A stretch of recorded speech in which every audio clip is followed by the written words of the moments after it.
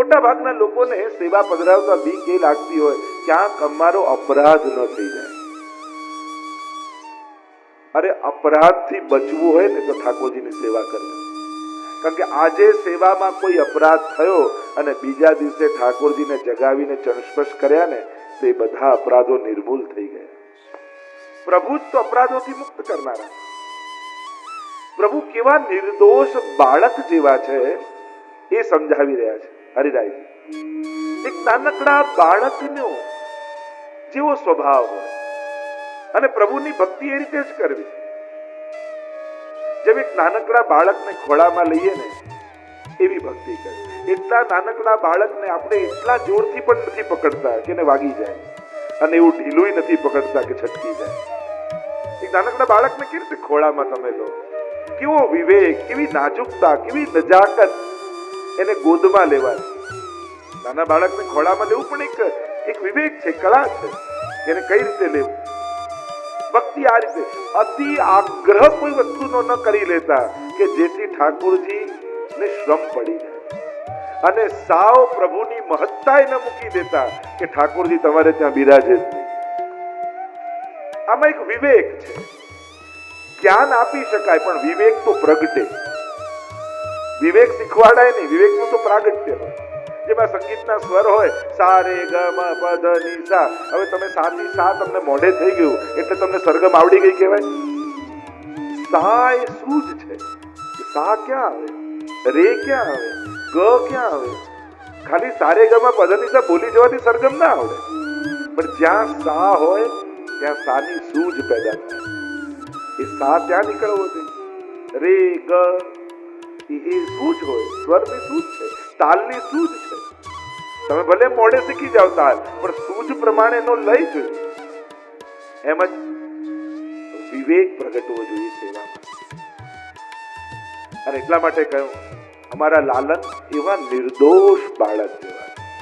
અને એક વસ્તુ જોજો, પ્રભુ લોકવત્તુ લીલા કૈવલ્યમ. પ્રભુ જે લીલા કરે ને એને પૂરેપૂરી નિભાવે. એ જો બાળક બનશે તો પૂરેપૂરા બાળક બનશે. એને જો ભગવાન રૂપે સ્વીકારશો તો પૂરેપૂરા ભગવાન બનશે. આપણા બધાની તકલીફ એ કે હવેલીમાં હું ઠાકોરજી સામે જોતો હું ત્યાં સુધી ઠાકોરજી છે, મેં આંખો ફેરવી એટલે એ ગયા. એવું તો હોય નહીં. પ્રભુ બાલ ભાવે તમે ભજો તો પછી બાલક જે રીતે કરે પ્રભુ પણ એ રીતે કરે. આપણા નાના બાળકો કેવા હોય, ક્ષણમ મૃષ્ટ, ક્યારે કઈ વાતથી ખીજાઈ જાય ખબર ન પડે.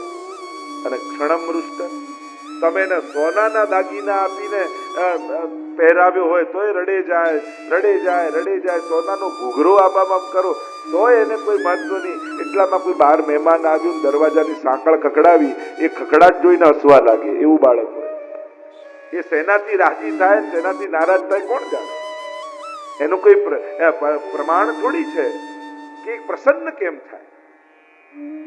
એક વસ્તુ યાદ રાખો, ઠાકોરજી જે તમારે ત્યાં બિરાજે છે એને આ દુનિયામાં સૌથી વધારે કોઈ વહાલું હોય ને તે તમે છો. આ એક વાત સમજી. એને સૌથી વધારે પ્રિય તમે છો. એ તમારી વ્યવસ્થા માટે તમારા ઘરે નથી આવતો, એ તમારા માટે તમારા ઘરે આવ્યો છે. આપણે વ્યવસ્થાના નામે ઠાકોરજીને મૂકી જઈએ. હવે વૈકુંઠ જેવો ભોગ તમે ધરી શકવાના છો, વૈકુંઠ જેવા શૃંગાર તમે ધરી શકવાના છો, વૈકુંઠ જેવી સુવિધા અને સિંહાસન તમે આપી શકવાના છો નહીં ને. છતાંય તમારા ઘરે કેમ આવ્યા? કારણ કે વૈકુંઠમાં તમે નહોતા અને એને તમારા હાથની સેવા લેવી હતી એટલે વૈકુંઠ છોડીને તમારા ઘરે રહેવા આવી ગયો. આપણે એમ કહીએ કે સેવા માટે મેં આટલું છોડ્યું ને આટલું મૂક્યું ને આટલું કર્યું. વિચાર કરજો ક્ષણવાર માટે કે તમારા ઘરે આવવા માટે ઠાકોરજીએ કેટલું છોડ્યું. એની તુલનામાં તો આપણે કાંઈ નથી. એટલે તમારી વ્યવસ્થા માટે, તમારા શૃંગાર અને ભોગ માટે ઠાકોરજી ઘરે નથી આવ્યા, એ તમારા માટે તમારા ઘરે આવ્યા. અને એટલા માટે ગમે તેટલી વ્યવસ્થા ગોઠવીને એને બીજે ક્યાંક મૂકીને જાઓ તે રાજી નથી, પણ એ તકલીફ સહન કરવા તૈયાર છે. પણ એ જો તમારી જોડે છે ને તો એ પ્રસન્ન છે. તમે વ્યવસ્થાના નામે એને મૂકીને ન જાઓ, એને તમારાથી લગાવો. એ તમારાથી પ્રસન્ન છે. અને એટલા માટે બહારગામ ગયા હોય, કદાચ વહેલું મોડું થયું, આ થયું, એ થયું, કાંઈ વાંધો નહીં, તમે છો તે રાજી છે, તમારા થકી એ રાજી છે. તમે ભલે ને ગમે તેટલું બેસુરું ગાઓ, એ તમારા સાંભળીને રાજી છે. કોઈ નાનકડા બાળકની આગળ લતા મંગેશકરની સીડી વગાડો તો રડે જ જશે, પણ એની માં ભલે બેસુરું ગાતી હશે, ગાશે ને તો સૂઈ જશે.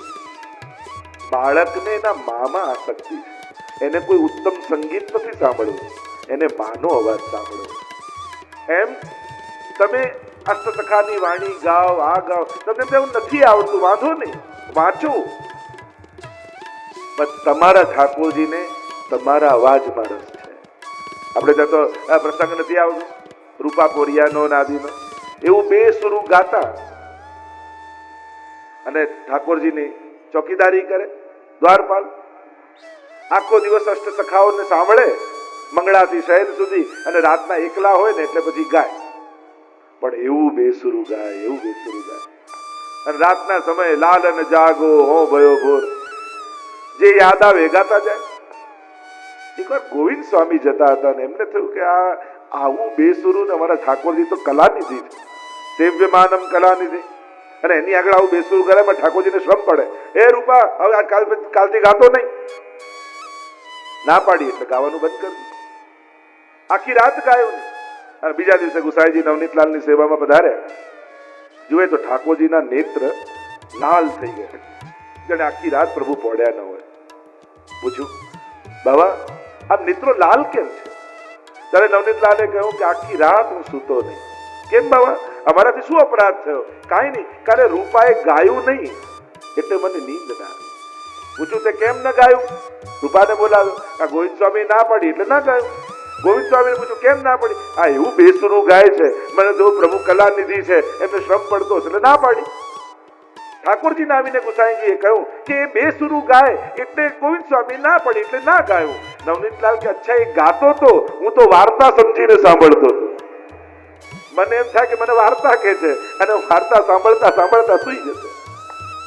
એવા અમારા ઠાકોરજી છે, ક્ષણમ રુષ્ટ અને ક્ષણમ કૃષ્ટ.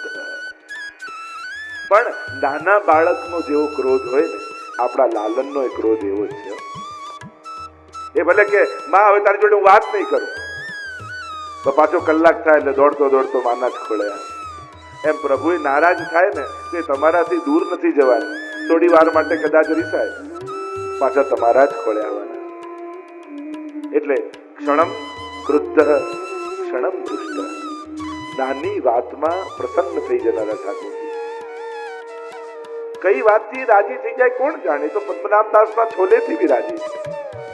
એને ક્યાં એવું કહ્યું છે કે 56 ભોગ જ જોઈશે, તમારું સમર્પણ પૂરું હોવું જોઈએ. એ બહુ મહત્વનું છે. શું એક વિચાર આપણે વિચાર કરીએ. આજના જે વ્યસ્ત જીવનમાં બહુ સમય તમે ન આપી શકતો હોય, કોઈ વ્યક્તિ એટલો બધો વ્યસ્ત રહેતો હોય કે જે અષ્ટયામમાં ઠાકોરજી સામે બેસી ન શકે, એટલી બધી વાત, તો શું એ ભક્ત ન કહેવાય? સમય આપનારો જ ભક્ત કહેવાય.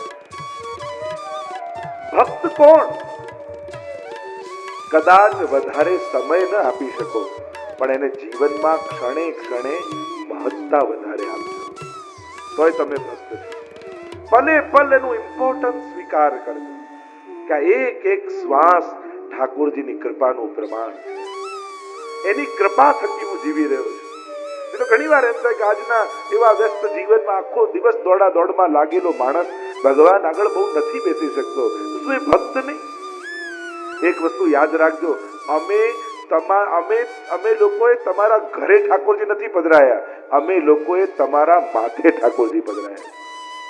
તમે એમ કહો છો મારા ઘરે પધરાયા, આપણે મારા માથે આ સ્વરૂપ બિરાજ્યું છે, મારા માથે આ સ્વરૂપ પધરાવ્યું છે, મારા માથે આ સેવા બિરાજી, આપણે એમ જ બોલીએ છીએ. અને જુઓ ને ભાગવતજીમાં જ્યાં વસુદેવજીના માથે ઠાકોરજી આવ્યા, બધી બેડી ખુલી ગઈ, બધેથી રસ્તા મળી ગયા, અને છેક જેલમાંથી મથુરામાંથી ગોકુળ પહોંચી ગયા. એમ કદાચ આપણે બધા જ જેલમાં બંધ છીએ, આ મોહ મમતાની, આ મથુરામાં કંસના પેલામાં રાજ્યમાં ક્યાંક વસીએ છીએ, ચારે બાજુ આસુર ભાવમાં. પણ જો માથે ઠાકોરજી પધરાવશો ને તો એક દિવસ ચોક્કસ ગોકુળ ઠાકોરજી લઈ જશે કે જ્યાં વ્રજ ભક્તો હશે. ચકૈરી ચલ ચરણ સરોવર જ્યાં નહીં પ્રેમ વિયોગ. ક્યાંક ઠાકોરજી તમને એવા ઉત્તમ મુકામ પર પહોંચાડશે જો માથે ઠાકોરજી હશે. બહુ મોટો ફરક છે એક ઘરે બિરાજવા અને બીજા માથે બિરાજવા. ઘરે બિરાજવા એ તો એક વ્યવસ્થા છે એમની, પણ માથે બિરાજવા એ વૃત્તિ છે, એ ભક્તની વૃત્તિ છે. મારા માથે ભગવાન છે, માથે ભગવાન છે, એની કૃપા મારા માથે છે, એનો હાથ મારા માથે છે. ભગવાન મારી જવાબદારી નથી, ભગવાન મારી સુરક્ષા છે. એ આપણી સુરક્ષા છે, એને આપણને સાચવી રાખે. આપણને એમ લાગે છે કે આપણે ઠાકોરજી સાચવીએ. એ આપણો ભાર નથી, એ આપણો આનંદ છે, એ આપણી સુરક્ષા છે. અને સતત એમ વિચારવું કે હું પ્રભુને સાચવી લઈશ ને તો એ બધુંય મારું સાચવી લઈશ.